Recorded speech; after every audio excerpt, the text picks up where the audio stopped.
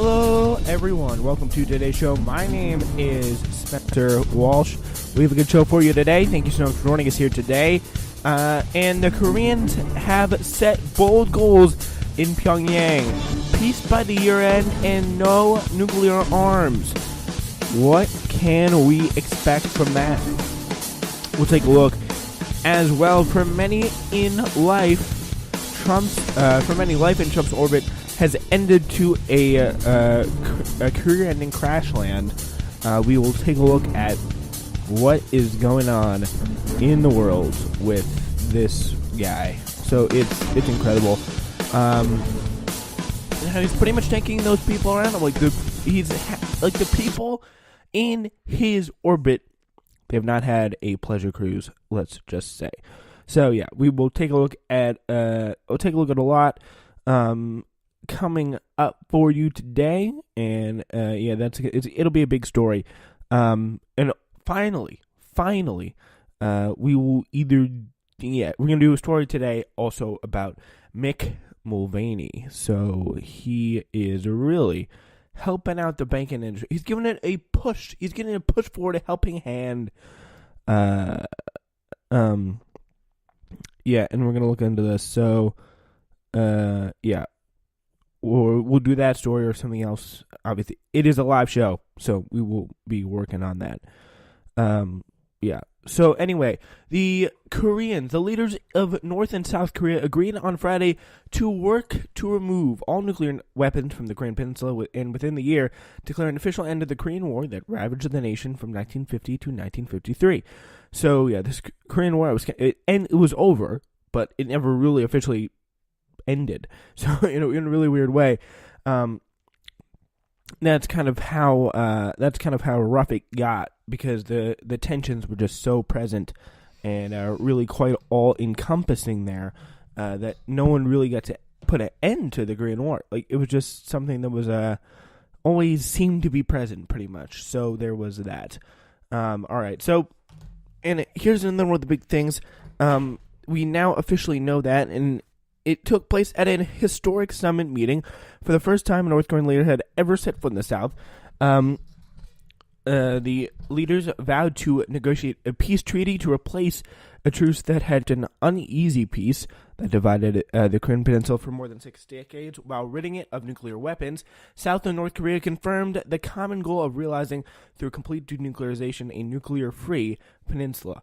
Said a statement signed by North Korea's leader Kim Jong-un and the South Korean president Moon Jae-in after their meeting in the border village of Panmunjom.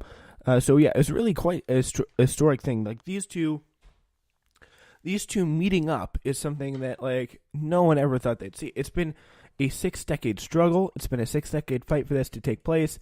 Now that we finally have it, things are actually turning out. I mean, they're actually kind of turning out pretty well in this all, because someone just took that step. They took that step. It's like, okay, we will push, we will move forward.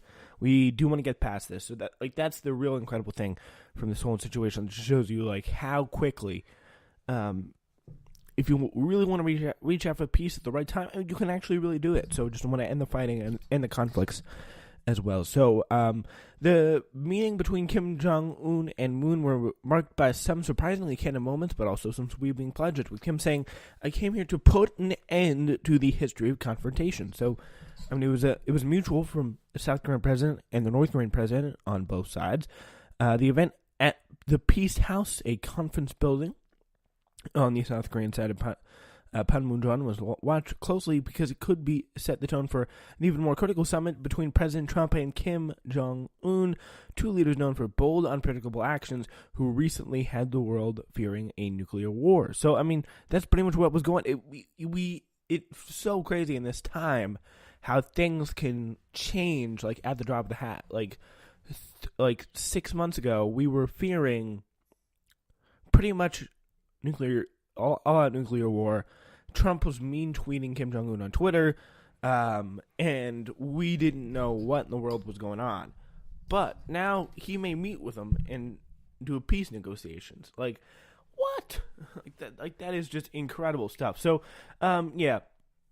Trump and his aides are expected to seek a quick timetable for the North to eliminate its nuclear weapons, but Friday's agreement between Moon and Kim was short on specifics. The South and North agreed to work diligently on the towing the international community's support and cooperation for the denuclearization of the Korean Peninsula. Their statement said the tone of the session, which is broadcast live nationally on South Korean television, was convivial and it was at times jocular, with Mr. Kim showing the surprising honesty about differences in conditions between the two nations. So Yoo Young-chan, Mr. Moon's spokesperson, and said Kim acknowledged the poor road condition in the country, starting a mission for a member of his ruling family, which is considered godlike and faultless among the North Koreans. Kim also revealed that the North Koreans who visited the South during the Winter Olympics all admired the bullet train there. And after Moon spoke of wanting to visit North Korea, Kim said it'll be very embarrassing, alluding to all the roads in the country. So, he did not. His own country did not get off lightly, which shows you, like, you're the leader of it. You got all the palaces, you got all the money, all the people worshiping you. Like, want to do something to fix it? I mean, come on here. So that shows you just kind of the conditions that they've been living under for this period of time. So it really is quite incredible. Kim also repeated the lighter line he'd used in the meeting with South Korean envoys in Pyongyang in the North Korean capital last month, apologizing Moon for disturbing his sleep with missile tests and forcing him to attend the meeting as with the National Security Council. So yeah, he really got kind of lighthearted about it. So which is a good thing to see. It's always good just to see the easing of tensions, people just calming down, taking a step back and saying, you know what, it's cool. I heard you had your early morning sleep disturbed many times because you had to attend the NSC meetings because of us, Kim said. Getting up early in the morning must become a habit for you. I make sure that your morning sleep won't become disturbed. Moon said in return, now I can sleep in peace. Oh, that's just wonderful. So I mean, the National Security Council meetings really in the middle of the night? That doesn't make a lot of sense. Like, just because one little missile test, like, they're not gonna hit anything. Like, why are we having a missile test in the middle of the night just because some little missile? I don't get it. Anyway, so yeah, Moon also offered some capitalistic carrots, according to the New York Times, reminding Kim that South Korea in years had promised huge investments to help improve North Korea's road and train systems. Those agreements eventually collapsed as the North persisted in developing nuclear weapons. Moon was a progressive leader who likes to see the South Korea in the driver's seat and pushing peace effort forward, is trying to broker a successful summit between Kim and Trump, which is expected in May or early June. So, I mean, let's make no mistake, he is leading the way on this one by far. I think it's coming up. I think the point is we are seeing some real, we're seeing some real progress here, and we are really seeing a way that we are really seeing, like, when people say diplomacy can work, this is one of the key examples of diplomacy working, because the diplomacy in this case, I mean, I'm sorry, it's been led not by me tweeting Kim Jong-un on Twitter. It's been pretty much led by negotiations, by reaching out, offering your hand towards Kim Jong-un, and it was President Moon Jae-in who had that idea first, so you got to give him credit there. So last week, Kim announced an end to all nuclear and long-ranging missile testing, saying its country had mastered how to mount nuclear warheads and missiles and no longer needed to conduct tests. Kim said North Korea has adopted a new strategic line focusing on economic development. Skeptics say Kim is trying to improve ties with South Korea to steer it from the United States and escape sanctions that are increasingly hurting the North's economy. Indeed, many conservatives in the South fear that the North's goal remains to be accepted as a nuclear power in return for freezing its nuclear and intercontinental ballistic missile programs. So, I mean, I don't know if that's going to really work for them in the future. It could be tough. And the worst part is they had a tree planting ceremony yesterday. just like Macron and Trump did like 2 days ago. So like that's pretty bad. Just ripping up, literally, have you no shame, North Korea? Like, this is too far. I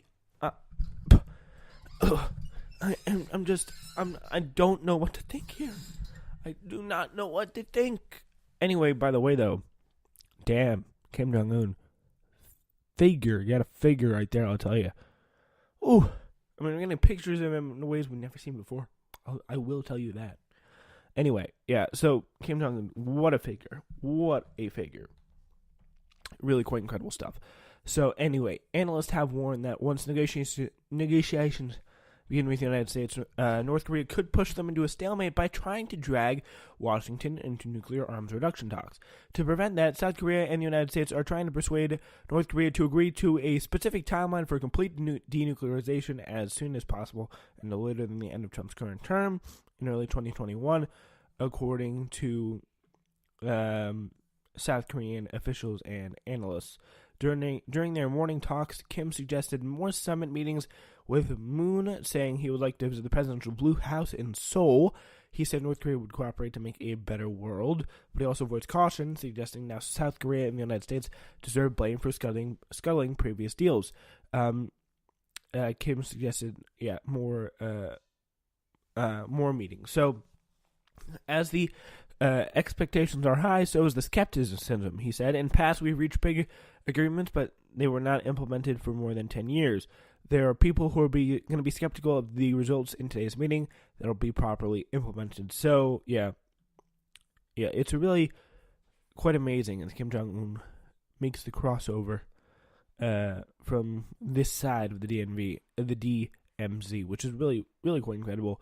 I mean, it just shows so crazy to the easing of tensions. Like, this is a pretty much a once-in-a-lifetime experience. I've never seen this before, which is like, all I've heard for like all my life is North Korea inside the most dangerous border in the world. And now, like, they are talking, they're coming out of their little shell. It's really quite incredible. All right, we are going to take a quick break.